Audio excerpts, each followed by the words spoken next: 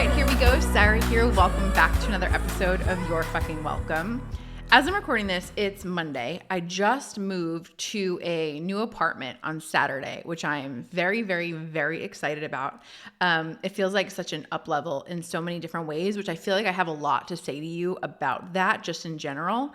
But really, like in a nutshell, right? When I moved to LA, I stayed in an Airbnb for a little while, and then I wound up finding this apartment in West Hollywood and moving in, and it was fine. Like it worked out fine. It wasn't exactly my aesthetic. I wish it was a little bit bigger. I wish there were a couple different amenities, but I liked the location, and so I just pulled the trigger and I said yes. And I've been itching to find something new for a little while now, just combined with needing more space and wanting things like a pool. I didn't have a pool in the old apartment. And so I knew that I didn't want to move until I found something that I fell in love with. Like I knew if I was going to move into another temporary home, which I know this is going to be, I wanted to love it. And I want to say that too, because I feel like so many people talk about, I don't know if you feel this way, but so many people talk about like buying something like it's like the same commitment level as like buying a goldfish. Like, why don't you buy something? Like, it's no big deal. I don't know that I want to be here forever in LA. Like, I'm still trying to figure that out. I don't feel complete here, but I don't feel at home here either.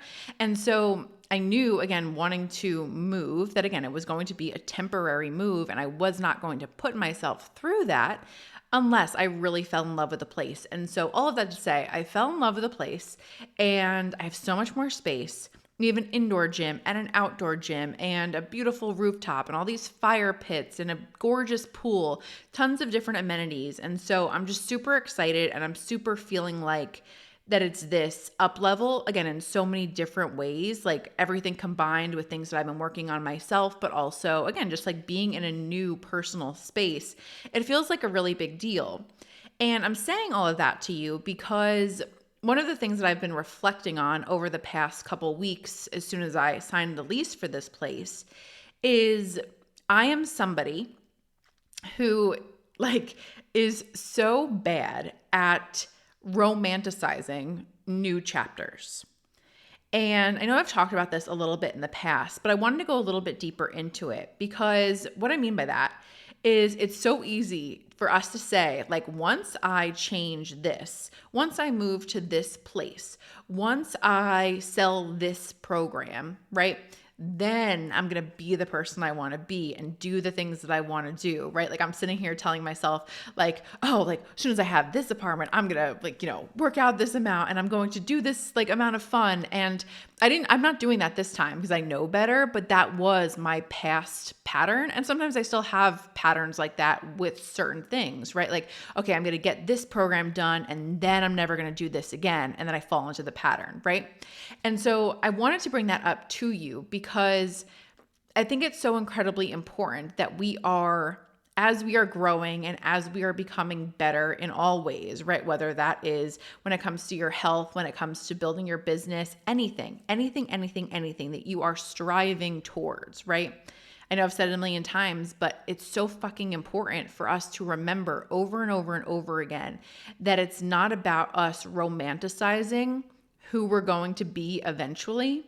It's not about telling ourselves that we can't be who we want to be or do what we want to do until we cross off this goal on our to-do list, or, again, feeling like you can't be confident until you're this number on the scale, feeling like you can't do what you want to do in your business until you have this amount of money in your bank account. Again, we romanticize what things are going to be once we do something. And so often it's just that. It's romanticizing, it's fantasizing.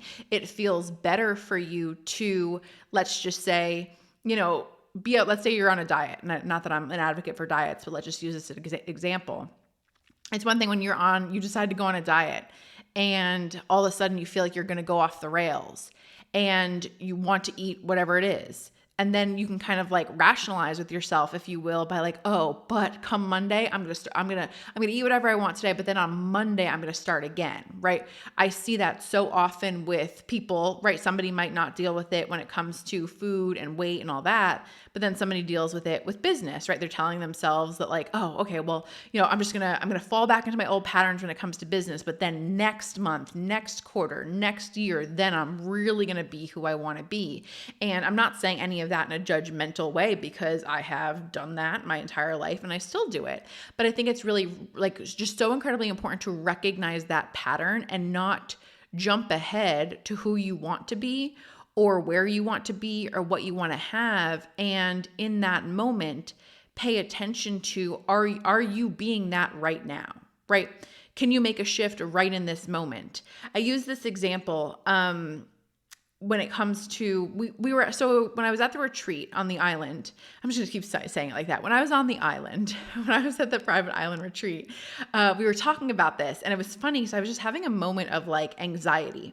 We were talking about, I don't even remember exactly what it was. I guess leadership and all, we talked about leadership the entire time, but it was a specific segment we were talking about, like just being that high level leader. And I caught myself for a quick moment making myself wrong for so many things. Like literally, like this sounds stupid, but I feel like you'll get it as women. Like I was literally sitting there being like, oh my God, like there's a chip in my nail and like I can't be a leader like that. Like I'm just like kind of like in this mindset of like perfection. Like you need to strive for perfection. And again, it was a passing thought because I caught myself in it, right? I caught myself sitting there being like, you need to be this and stop doing this and do that and do this and do that so that you can be who you want to be, so you can lead the way that you want to lead.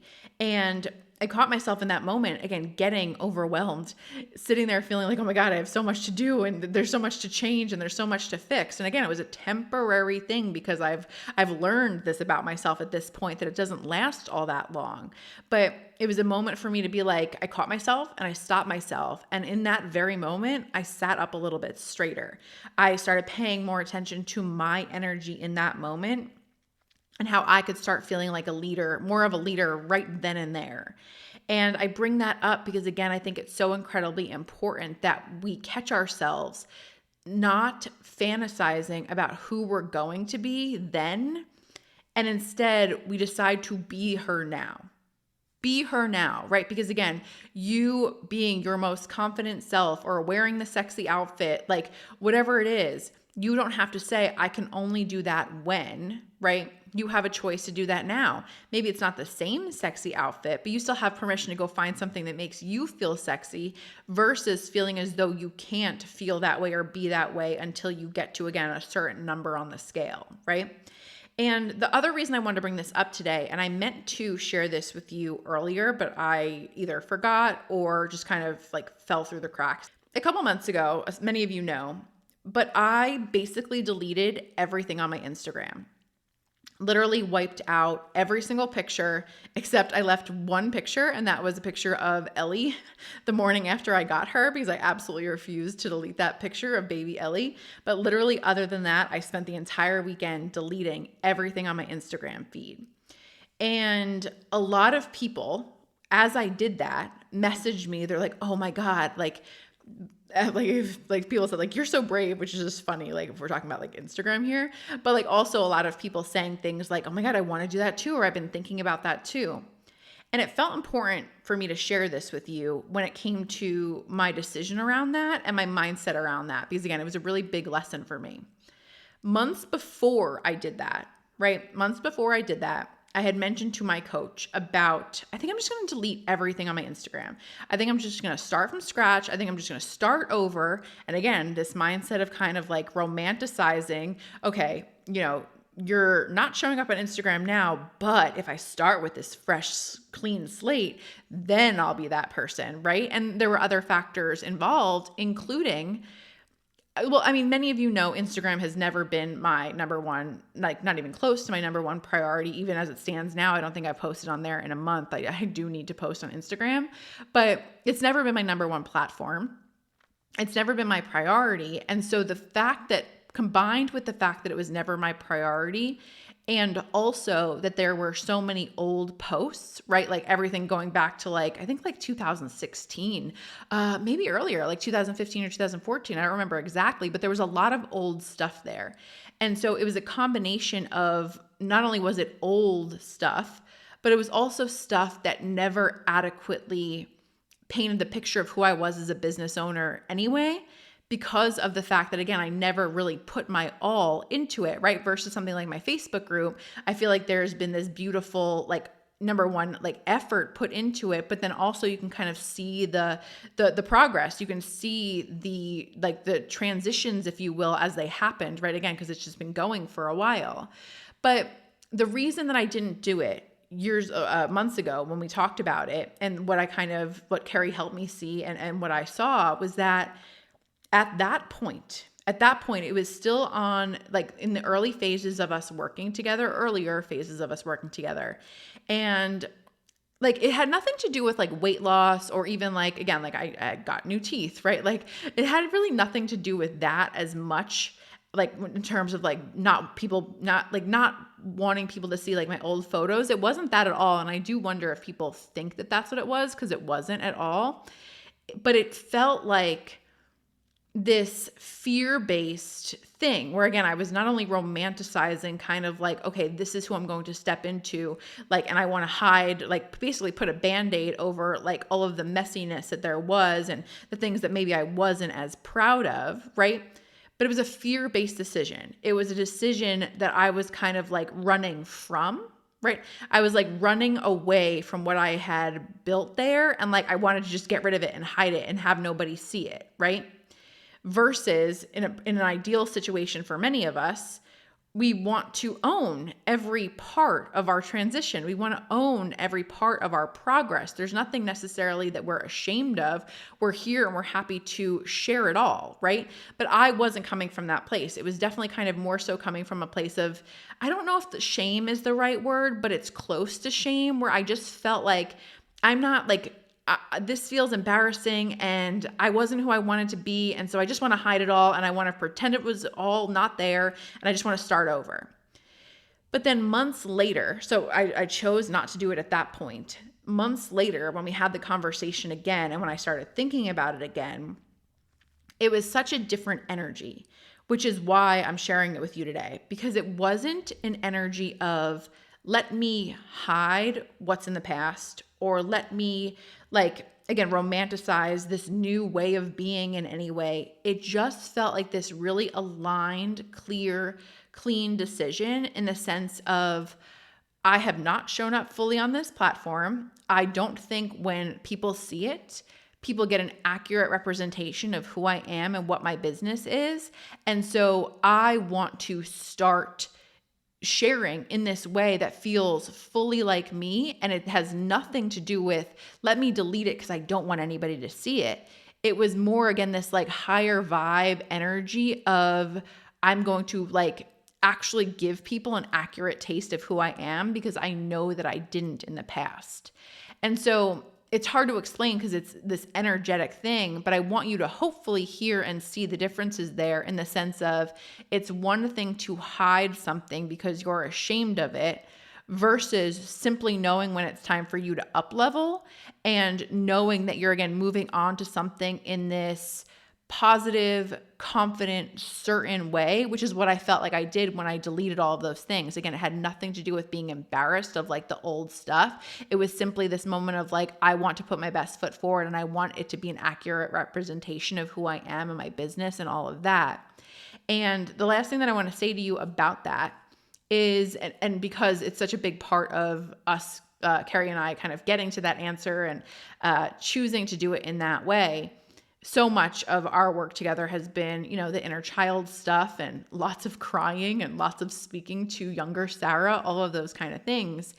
And one of the most powerful exercises we've ever done, and really just a lesson in general, was taking the time to not just like work on the inner child piece of it, but we really specifically sat with all the former versions of myself. And it's funny because I think of Gretchen and I both, we bought this Taylor Swift sweatshirt, which feels like a really dorky thing to say, but it's not like a going out sweatshirt, whatever. It's just like a cute little comfy around the house sweatshirt. But like, it's Taylor Swift from like every album. So you've got from like her first album to, obviously, I think it was after Evermore or Folklore, either one. But it was just like, obviously just a picture of her, and you see like this, like the evolving of her. And I kind of pictured it almost the same way when it came to like reflecting on all of my former selves, right? Like I like really sat with that 5 or 6 year old girl who was struggling with XYZ and sitting with what she taught me and what the middle school version taught me and what the college version taught me and what the 26-year-old version that was drinking way too much and partying too much but had a lot of fucking fun, like what she taught me, so on and so forth.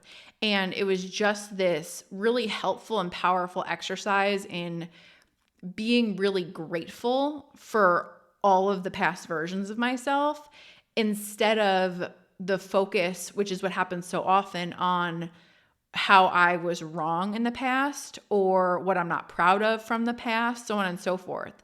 And so again, I'm bringing that up to you today because I want you to remember here that when you have, the instinct or you're craving kind of something new and you want to go ahead and again, romanticize what comes next. Sometimes that means you think you want to wipe everything out from the past. Maybe you do, maybe you don't, but sit with whether that's a fear-based or a faith-based decision. And ultimately, always remembering that you might have gone through the bad relationship. You might have gone through a period of, addiction in some way. You might have gone through a period of, again, being broke in your business or overspending, so on and so forth. The list goes on and on and on. But every version of you, right? You get to love that person. You get to appreciate who she is, who she was, what she taught you, and how she got you to where you are now.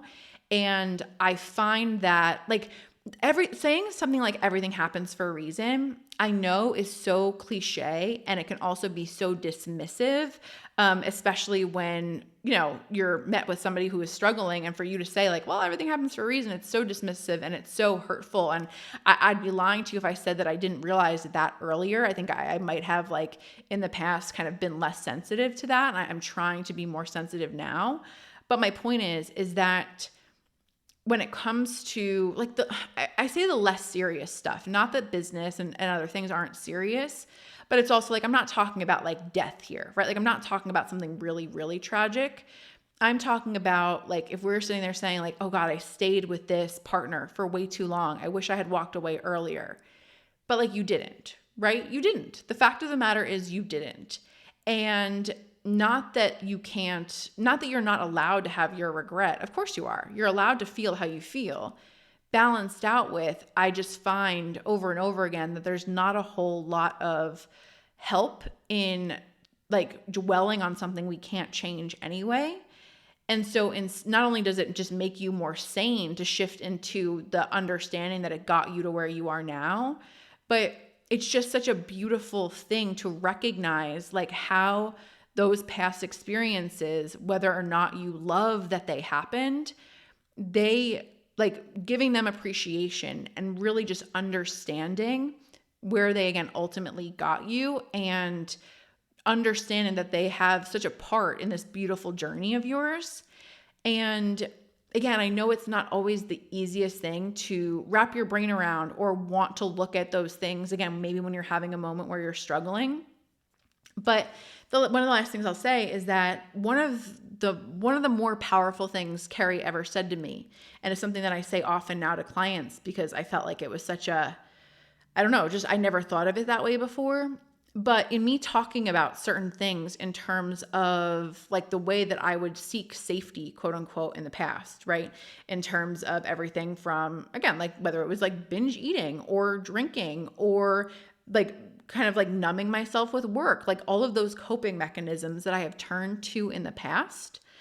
I had such a moment of not a moment, I've had many, many, many moments of wishing that I hadn't had to deal with that, wishing I knew better earlier, wishing that it wasn't a struggle that I had, so on and so forth.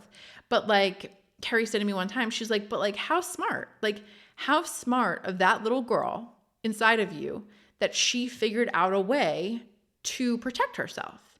How smart and how strong of her to do something to protect herself, right? So I'm bringing that up because it's so easy for us to wrong ourselves or to shame ourselves or to wish something wasn't the way that it was. But again, it can be such a beautiful moment to recognize that that thing gave you something it gave you something that led to your greater good, or your what will be your greater good. And again, not only does shifting it like that, in my opinion, in my experience, just make you saner in terms of, again, not, overthinking it and not beating yourself or other people up about it. But more than that, it allows you to kind of give it gratitude. And I don't know, that sounds like a little bit cheesy, but once you do that, I find, you're able to move through and navigate whatever else it is so much more gracefully and so much more happily, which I'll say it, over and over again. That's ultimately what I want for you here in this podcast. I want to hopefully help you be the most authentic, most happy, most fulfilled, wealthiest fucking version of you possible. And so again, I wanted to share all of those lessons today because I know that those have contributed to creating that for myself. And again, as always, if there's something that I can do and say that can help you get there as well, that's really important to me. So that is it for today. I'll talk to you in the next episode. Bye.